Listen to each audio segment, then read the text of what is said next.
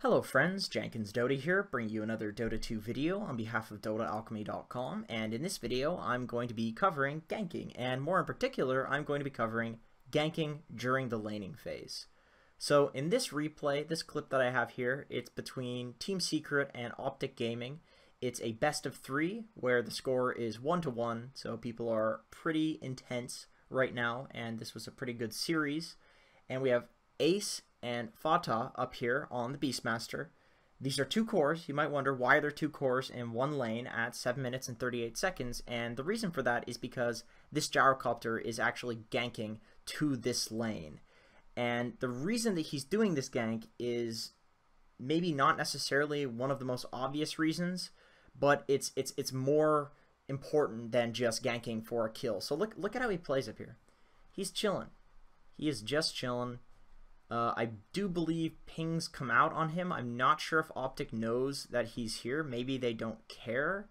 But you can see that Ace is playing out of vision. He's intentionally playing out of vision, and he's a core, right? So you'd be like, okay, well, why isn't he just farming? Why doesn't he just hit creeps? The reason for this is because if you want to switch lanes as a core, it's perfectly viable, especially if you're a mid laner like Ace on this gyrocopter. He was getting kind of crushed by CCNC and Bloodseeker.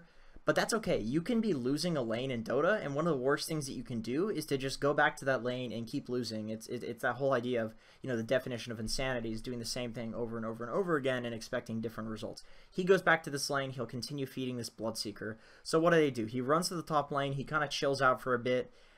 Unfortunately, the creep wave is pushed in, but he doesn't want to show himself, so he walks into the trees. Yapzor actually comes up here on the Rubik too, because he's like, okay, I want something to happen here.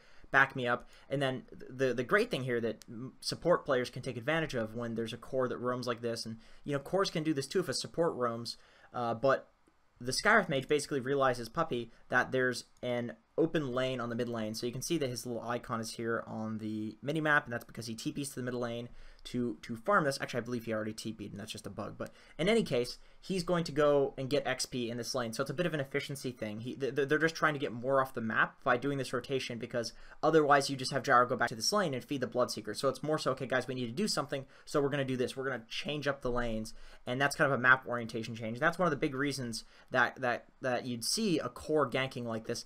A very common one of this kind of category of ganks is the gank where you'll see a safe laner rotate out of the safe lane when they think it's dangerous into the enemy safe lane. They try to go for a kill, and they try to push that tower. That is arguably the most common gank in Dota right now. It's been very, very common for a long time because it's really, really strong. These are safe laners, typically very, very strong at the point where you get that kind of second catapult, or even the first catapult, depending on the hero.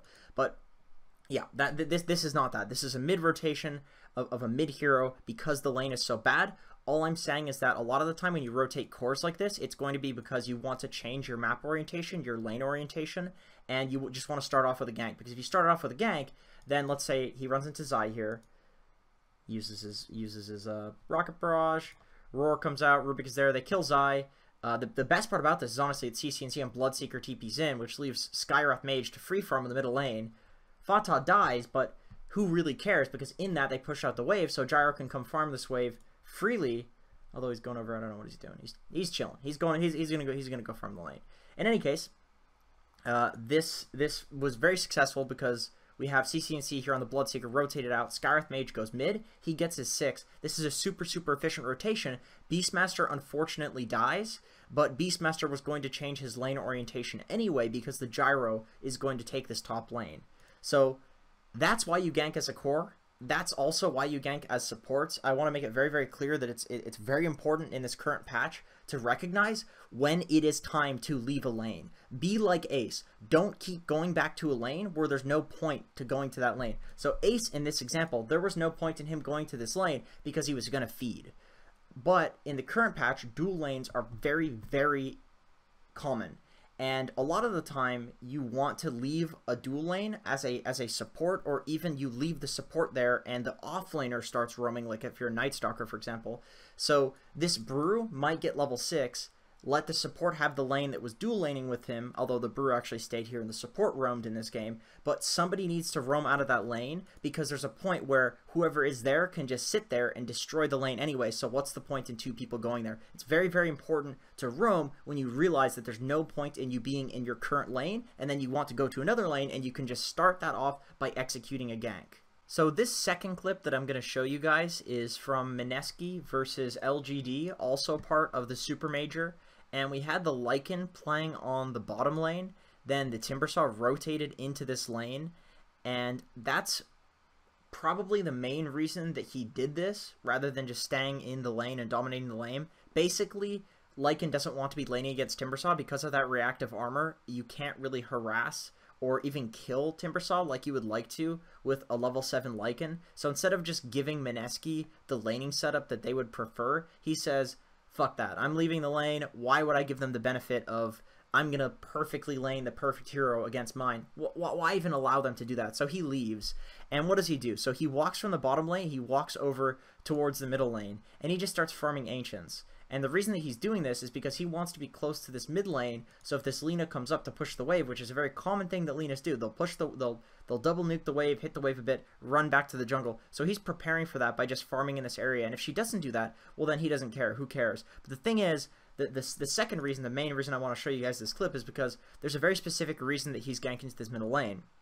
And that's because right now, he recognizes that he hit a power spike and that he has a kill threat on a really, really important hero on the enemy team. So he wouldn't gank to the Timbersaw's lane because he would realize that his power spike does not give kill threat to that hero. But Lina is a very, very important hero on the side of Mineski. It's a snowballing hero, it's the mid hero, it's a very squishy hero. He knows that once he gets that ultimate up, and once he has that Helm of Dominator, he's really, really strong to kill this Lina. So this is the orientation that he wants, and he's avoiding the orientation that the enemy team wants by avoiding this Timbersaw. So it's kind of a two birds, one stone sort of thing. But then also he wants to gank to this tower because he's a Lycan, he can take the tower. So it's about, you know, three birds with one stone. It's a lot of dead birds. But anyway, we can go ahead and look at this. Mirana ulti, so he's just chilling. He's just casually chilling. So if the Lina didn't come up and do this, then he doesn't care. He's still farming. But he pops the ulti, and it's a relatively easy gank. So all I'm saying with this clip, and it's very, very simple, is that you should try to abuse your power spikes as much as you can, and especially when there's an enemy hero who needs to be shut down, and you're kind of the kill threat for that hero. You know what I mean? So for instance, this Bloodseeker. In fact, you can actually see him doing it right now. I was literally just going to refer to this. The Bloodseeker would want to orient himself towards this Timbersaw because the Timbersaw is the hero that he hard counters. And the Timbersaw can die, but only to the Bloodseeker. So the Bloodseeker would want to gank to that lane. Lycan would want to gank to the Lina lane, but he would not want to gank to that Lina lane without that ultimate, without that Helm of Dominator, because that's the power spike. Because with the Helm of Dominator, he does enough damage. He has the Ursa slow. He has the tank ability for tanking the tower. With the ultimate, he can chase her down and just ravage her with his huge damage of all of those creeps. So all I'm saying is that pay close attention to your own power spikes and who you can kill at certain points, and just try to calculate and figure out, okay, where's the closest kill that I can get, the best kill that I can get within this window, within this power spike. I'm not saying wait for like a necro book on Lycan, because that's too large of a window, you know what I mean? Like you have to wait way too long to get that. But with Lycan, it's like, okay, Helm Dom, that's pretty close to my ultimate timing, so I'll just go with both to that middle lane. Timbersaw came here, there's a perfect time to do it, and he roams to the middle lane. So it's kind of a perfect gank, and it's because he was thinking about his power spikes. So I talked a lot in the previous clip about timings and trying to kind of time things around your power spikes, but on supports and sometimes even offlaners, it's not so clear when those power spikes are because your hero doesn't really get a lot. As we can see in this game, we have a Bane, he's level 3 at 6 minutes, which actually isn't bad, but look at his items, they're kind of pathetic. He doesn't even have boots. So it's kind of hard to think, okay guys, I got this online, let's go. It's a power spike. There really aren't any power spikes. But when you're ganking, when you're making rotations in Dota, you will slowly but surely come out ahead of the other team and come out ahead of other players if you're making slightly more efficient movements. And that means pairing things together. That means trying to go for those two birds, one stone things, and maybe even three birds, one stone. Like I said, birds are dying everywhere. But in this case, we have LGD, this Bane. He goes to mid, he wards, which obviously, you know, that's one bird killed right there. But the most important thing here that we can see is he's ganking towards the 6-minute rune. So he's intentionally running to this bottom rune spot because a rune could spawn, which means he can get the rune. If he doesn't gank with it, then who cares? It doesn't matter. He's still got the rune, which secures it, which means the Lina doesn't get it. Bounty runes, by the way, are great for that too. You can also gank to those because you know people are going to go for it. You also know that if they don't go for it, then you get free bounty runes, which is great. So he walks in, picks up the invis. Lina wastes her time going for this rune, and he actually successfully executes a gank with this rune. But even if he didn't, it would still be okay because it's still an efficient movement. He's still getting that rune. So that's the great thing about a lot of these plays, a lot of these clips that I'm showing you guys, is that there's a very specific reason that they want to make these movements, regardless of just, I'm going to get kills. You know what I mean? It's just that the kills happen with these other things. So Rubik actually comes in and executes this gank as well. Rubik is there to kind of help out. So this is something where it's like, okay, I got this invis rune, we can set up on this Lina, who's already kind of getting crushed in this lane, but it's even, you know, it's so much worse with this triple raise combo. It's just, it's so damn easy. But basically, it's really important that when you are trying to execute ganks, you think about how to combine, how to mix and match certain things that you would want to be doing already. If you want to change a lane, you can do that. For instance, like you can see here, he's stacking Ancients, so if you're running to the mid lane, you may as well run by, stack the Ancients, drop the ward like you saw him doing there, because maybe he's trying to protect his Shadow Fiend from getting ganked.